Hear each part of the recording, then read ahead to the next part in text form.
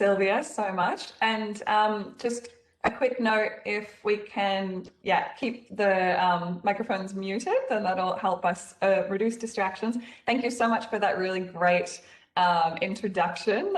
You've obviously found my more complete bio somewhere, so I really appreciate that. So as Sylvia said, basically, I have a background in working with the big business, the big end of town, and I've recently started a new business specifically to bring that expertise to small businesses, because I felt that small businesses were being left out of the benefits that really come from sustainability that we're seeing in the big corporates. So I'll go ahead and share my presentation. So basically after the last fortnightly webinar, if some of you were on it, we went over a long list of all of the previous presentations, and they tended to be about, carbon and solar and waste and things like that. So Sylvia and I thought it might be good to really dig into the social side of sustainability, because it's something we're aware is important, but from my experience, even with people who know sustainability well, they don't really know how to articulate what the social side even includes, or are not as conversant with it as we are with the environmental side. So I just wanted to be able to help everyone really wrap their heads around the social side. Because most of you are probably familiar with this model. So John Elkington coined the triple bottom line in the 90s. And so we're used to hearing people, planet, and profit as the triple bottom line, or can also be looked at as social, environmental, and economic considerations. But the important thing is, it's only truly sustainable when we're addressing all three areas. So what is in that people part of the triple bottom line? Well, the Sustainable Development Goals give a pretty good indication of that, especially on that top row. So if you see, so obviously poverty, hunger, health, education, gender equality, and sanitation are absolute foundations in order for us to achieve sustainability. It's also very important to note with the Sustainable Development Goals that they're all interrelated. So, for example, climate change, addressing climate change very much depends on addressing some of those social contributors, including poverty, including affordable energy for those people who are still having to burn firewood and charcoal. And also education is a very important one for addressing climate change. And similarly, climate change is contributing and exacerbating social impacts, including access to food, or zero hunger, access to clean water, and it's also exacerbating poverty, especially as people have to migrate from areas that are being impacted by climate change. So another way to look at it is the donut economics framework that was created by Kate Raworth. So what this image here is showing is that there's actually two thresholds that we need to address in order to achieve a sustainable society. So we need to stay within an environmental ceiling. So the impacts that we're having on the environment need to stay under a certain level, but we also need to address that foundation of social well-being, or basic rights for everyone. So you can see on the outside circle things like climate change and biodiversity and waste, like we're used to talking about in the environment space. In the social foundation, what does that look like? That means that everyone in the world would have a basic level of access to food, water, income, education, economic resilience, voice, jobs, energy, social equity, gender equality, and health. So this is this model itself is about 10 years old, but it's really starting to gain some traction around the world right now. It's a really solid model of what does sustainable development look like, including cities like Amsterdam beginning to adopt this model and to drive their strategy. So Most importantly now, how does this actually translate to our businesses? There are three key areas that we need to focus on to address social aspects of sustainability in a business. One is your workforce. So your employees, how do you treat them? Who do you employ? Purchasing.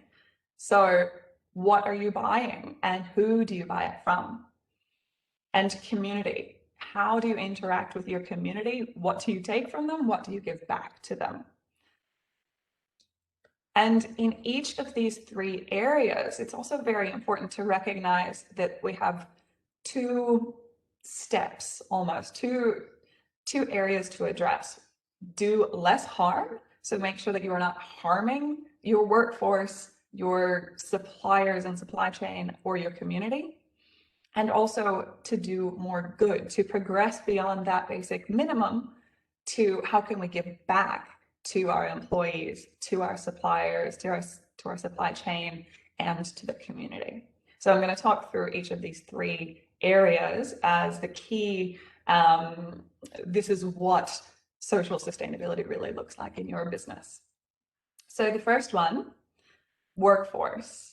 So in terms of doing less harm, that means ensuring that you have your workplace health and safety. So I'm sure many of you are already addressing that very well, especially as a very established business.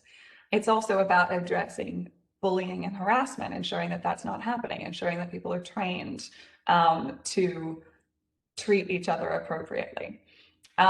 It's also about fair remuneration and working hours and ensuring that you're meeting the Australian Workforce Act, Fair Work Act, I believe it's called, to make sure that you're providing fair salary, fair hours, and all of those things that I'll talk about a little bit more on a further slide. So once you've gone beyond those basic minimums, then we talk about how do you do more good for your workforce. So how do you improve your employees' wellness by providing benefits and wellness programs? How do you address the work-life balance of your employees? Making sure that they're able to handle the workload and that they're happy in their work. How are we addressing diversity and inclusion? That's obviously a big area, a big topic at the minute in politics, but also in the large end of business. And how are we managing gender diversity at the highest levels of business and ensuring that women are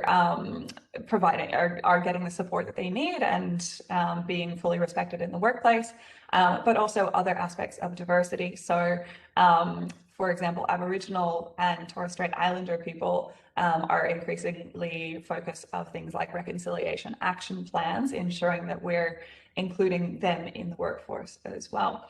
And also the training and employment of people in the community, helping them to get access to jobs and to a career. So for those businesses that, for example, have low level jobs such as, packing or cleaning, can they offer that gateway for disadvantaged people in the community to access training and employment?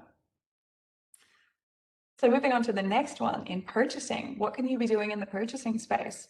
So the first area to make sure that you're addressing is modern slavery and labor exploitation in the supply chain. So modern slavery is increasingly an area of focus. The Modern Slavery Act was passed by the Australian Parliament and came into effect at the start of 2019. So that is about ensuring that the suppliers that you're purchasing from are treating their workforce appropriately, just like we talked about in the first step, and ensuring that you have transparency over where products are coming from, who's making them, where are the raw materials coming from.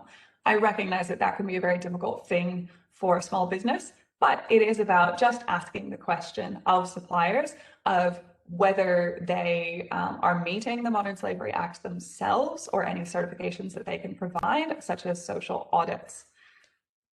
But then we move beyond that minimum practice to how can you do more good in purchasing. So Can you be buying more fair trade products? Or UTZ is also very similar to fair trade, and also addresses some environmental aspects. So for example, could you even be a fair trade certified workplace where all of the tea and coffee and chocolate and other things in your workplace are fair trade certified, that you've committed to providing that? You can be buying from social enterprises and B Corps. So we heard a bit about B Corps from Reho Travel a couple of weeks ago. So can you, for things that you need to purchase anyway, can you choose to get that from a social enterprise or a B Corp? Also local purchasing. So can you make sure that every time you have the opportunity that you're purchasing things that support the local economy, supporting other small businesses such as yourself? And the third area, community. So we often forget that there is also the negative side of the community as well before we start jumping into philanthropy. So it's important to recognize whether you do have any impacts on your local community. So, amenity and health and safety. So amenity often comes from construction projects. Are you causing traffic issues or dust and odor, things like that? Is your product potentially harming the health of the community? Are you making sure to address the safety of the community when they're coming perhaps onto your property or around your physical shop? Also, are you impacting local employment, perhaps by bringing in a competing large business that might put local businesses out of business? Or are you potentially having to shut down a business in a local community that will impact that employment? And what can you do to minimize that impact? So once we make sure that we have avoided as many impacts to the community as possible, then we can look at how can we give back to the community. So this is often what people think about in the social space, is things like volunteering and pro bono. So can we have can we organize volunteering by our staff to support a local community initiative? Can we provide our skills to support other organizations or people in the community that need it, especially things like financial planning or professional development skills? Can you provide that through mentoring to young people in the community or to other businesses? Also, obviously, philanthropy and partnerships. So what are the charities or the partners that you want to work with to be giving a portion of your profits to, for example, or a certain amount every month? Finding the right people who really represent your organization's values and goals. And also engaging with the community, understanding what's important to the local community and how you can be of service as a business. So I hope that gives a nice framework to what are we talking about in that social space, that we're looking at employment, what you purchase, and how you interact with the community. So a couple of examples. Two of them are in that employment space. So those of you who were on the call with Reho Travel about a month ago, Karsten provided a bit of a case study of what a great sustainable business looks like, and they're also a B Corp. So they do a lot of things, but I want to focus on what they're doing around their employees, because they really make sure that their employees have very strong worker benefits, very strong work-life balance. For example, instead of sick leave, they introduced well-being leave. So instead of having to, have a doctor's certificate to say, yes, I'm sick, they ask no questions. And if someone needs to take a day off for their own physical or mental health or well-being, then that is provided for. Also, they provide additional annual leave days. Some other organizations you'll see providing 4-day weeks or 9-day fortnights, things like that. They also provide days that you can take off specifically for volunteering and provide volunteering programs for their staff. Another one in that employment space is Fruit to Work. So this is a social enterprise where they pack and deliver fruit boxes to office places. They also started doing it to people's homes during COVID, as you can imagine. But they provide a gateway into employment for people who've come out of the justice system, people who've come out of prison. And there are other similar social enterprises that provide that for people who might have disability, either mental or physical, or people who might have mental health issues, providing a supportive workplace that understands the issues that those people are going through and empowers them to get back into the workforce. On the purchasing side, Edico is a great example of a brand that is entirely about fair trade. So everything that they sell, from apparel to footwear to accessories, is all fair trade certified. So they're making sure that it is coming from fair labor practices, but also putting more money back into the communities where it's coming from, beyond a minimum wage situation.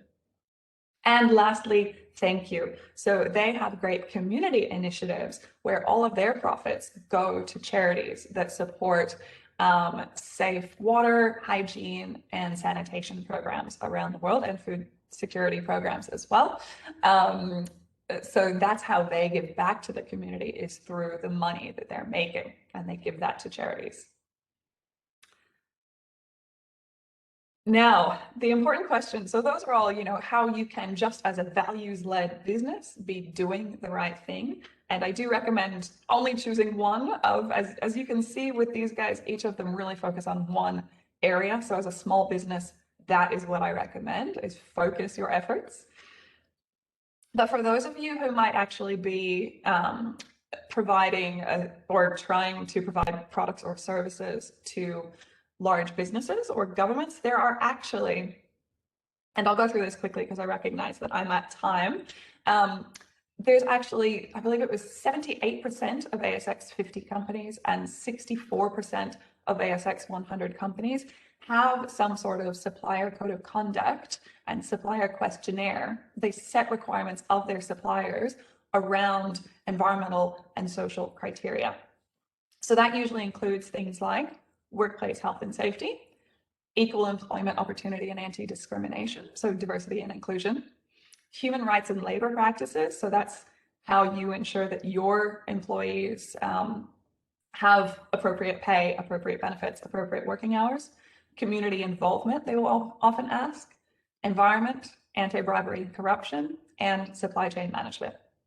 So even Port Phillip, they similarly have this kind of policy in place and do provide a CSR questionnaire to all potential suppliers. So very quickly, I just want to touch on how you would respond to a questionnaire like this. So if you're able to respond to these questions, you're already giving yourself a leg up over any other business who often doesn't even understand what is being asked of them. So you want to talk to how you are managing those impacts in terms of your do less harm. So how are you avoiding health and safety issues in the workplace? Do you have a policy in place? Do you have a management system in place? Do you have training of your employees to prevent harm and ensure that they're implementing the right practices? What initiatives do you have to improve? And what does your performance look like? What metrics are you tracking to ensure that you're improving your performance over time? But then also looking at what more are you doing? So are there well-being programs in place? I'll very quickly mention this one because we often don't really understand as a small business how this applies to us, the human rights and labor practices, but more and more of your customers are going to be asking these questions because they are under this Modern Slavery Act.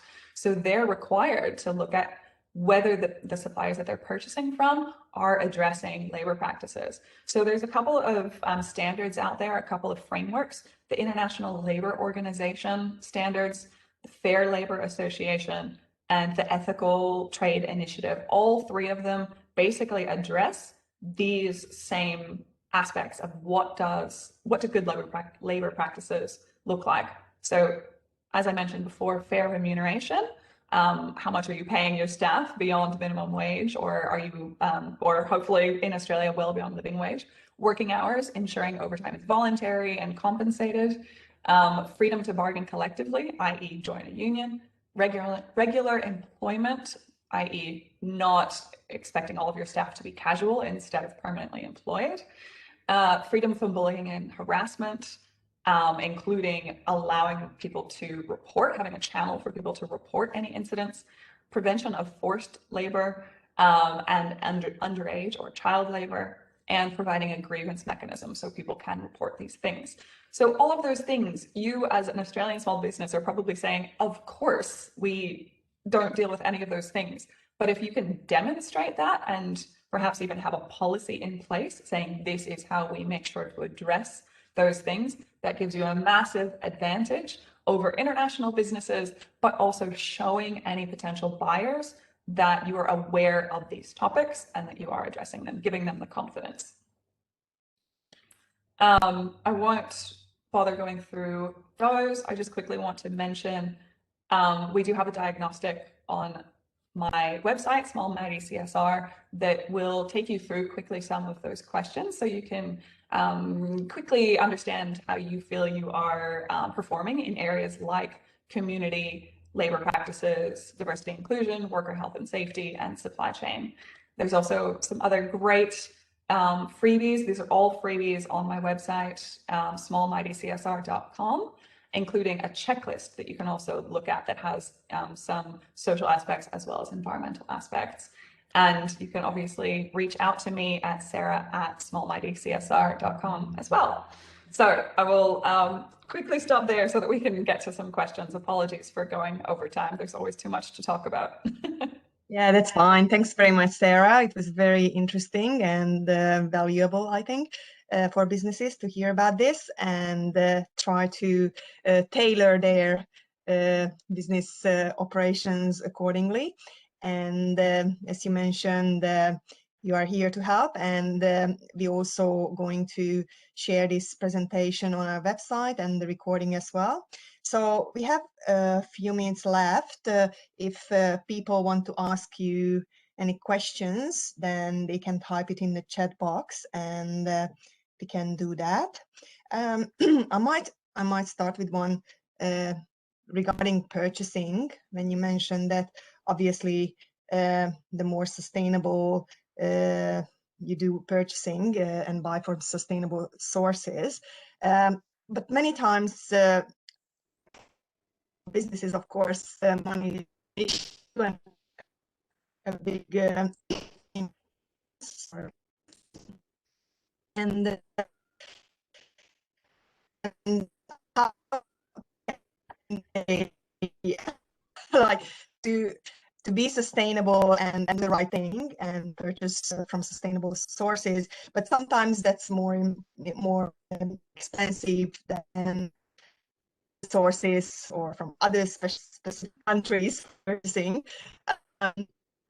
Dilemma that they face. Is there a good solution or advice? How can they handle that? Mm-hmm. I would say that there's two things. The first is that you can potentially not spend any more money just by asking the right questions. So ensuring that you're doing less harm to your, ensuring that you're engaging suppliers that are doing less harm by just asking them the right questions around what are you doing to ensure that you're treating your workforce appropriately. Are you compliant with the Modern Slavery Act? Are you disclosing about how you are addressing these things in your workforce? Do you have any social compliance audits that you can show me? So that's a good place to start, is those businesses who are meeting minimum requirements should not be more expensive. And even if they are ever so slightly more expensive, you don't want to be dealing with the ones who are not meeting minimum requirements, not only for the ethical side of things, but they're also generally not going to be a quality supplier, right? If they're operating in illegal ways. So doing your due diligence really is the first step. The other thing that I would mention is, if there are certain areas that you would focus in choosing a more sustainable supplier, such as a social enterprise or a certified product, then you can use that as differentiation in your marketing. I would pick one or two areas that are really core to your business that you can talk to your customers about and demonstrate why this is such a valuable thing, and that actually adds value to your brand, along with that slightly increased price. Okay, thank you. Another question. I'm interested in your view of the benefit of groups like Social Trader to link you to social enterprises. Yeah, Social Traders is great. And they provide really strong services in terms of actually looking at what you purchase and saying, we know these suppliers who are in those spaces who would be great, and making those connections, and also providing the support to that relationship as well, ensuring that everything is running smoothly when you bring in a new social enterprise, when you're making a change to your existing supply chain. One great thing that I will tell you about Social Traders is that in April, they are planning to open their database, or I believe like half of their database at first and then the full database later. So they used to have a thing called Social Enterprise Finder, which they took away as a member-only benefit, but they're reintroducing that. So you'll be able to actually look at their website and find social enterprises that you can engage with yourself without having to necessarily buy a membership with Social Traders if that's outside of your budget. Thank you for that. I just saw that Kirill wanted to ask something, but it didn't come through. Do you maybe want to ask it in live? Yes, thanks, Sylvia. I'd be happy to.